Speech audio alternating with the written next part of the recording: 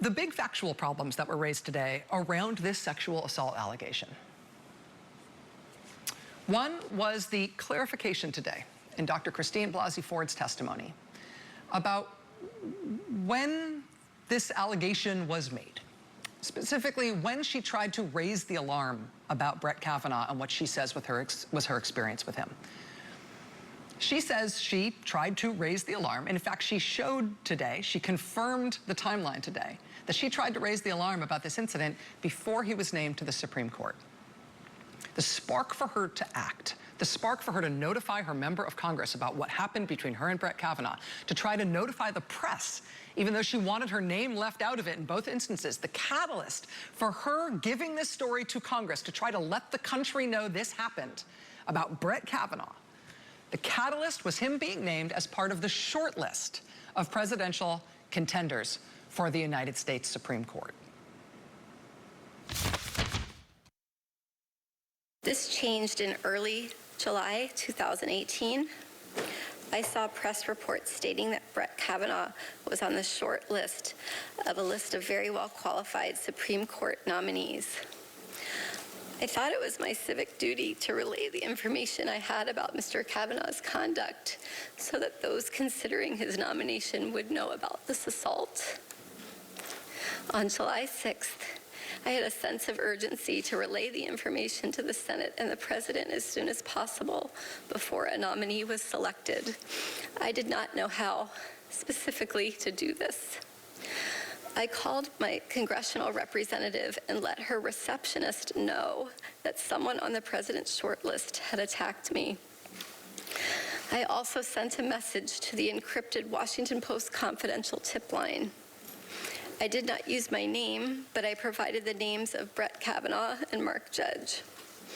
I stated that Mr. Kavanaugh had assaulted me in the 1980s in Maryland. If you were watching this in real time today, that may have just seemed like kind of laying this out, what the order here was, right? Super important.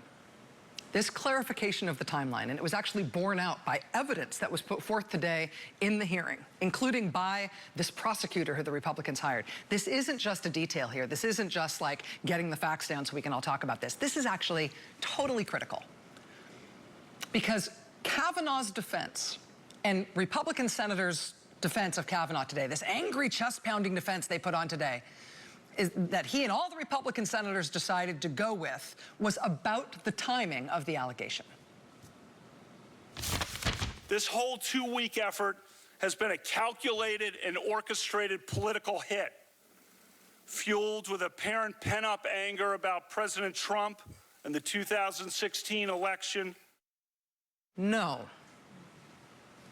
actually. And not just as a point of argument, but as a point of fact.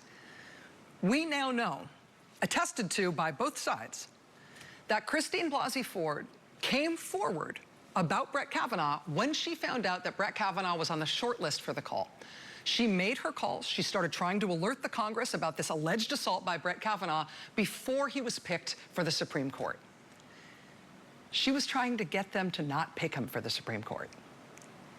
If she had been motivated just to stop a Trump Supreme Court nomination, if this was something that she was doing because she was fueled by pent-up anger about President Trump in the 2016 election, if she was just trying to stop a Trump Supreme Court nomination and she was willing to make up a false allegation about the Trump nominee in order to do that, she would have had to wait until a nominee was picked before she came forward with her story about that nominee. She proved today, with evidence cited by the Republicans' hired prosecutor, that she emphatically did not wait to find out who the nominee was for this Supreme Court seat. She jumped in and tried to raise the alarm about Kavanaugh because she had had this experience specifically with Kavanaugh, and she wanted to raise the alarm just in case he might seriously be under consideration.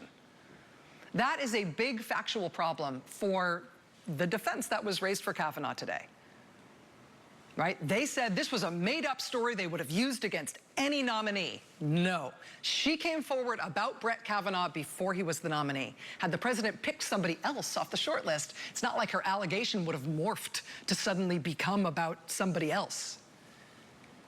Her allegation was about Brett Kavanaugh under the prospect that he might be named. That is a problem for the Kavanaugh defense, that this is all some hit job designed to take out whoever was going to be Trump's nominee. That's a problem. Factual problem. As is the other one I'm going to tell you about next. We'll be right back.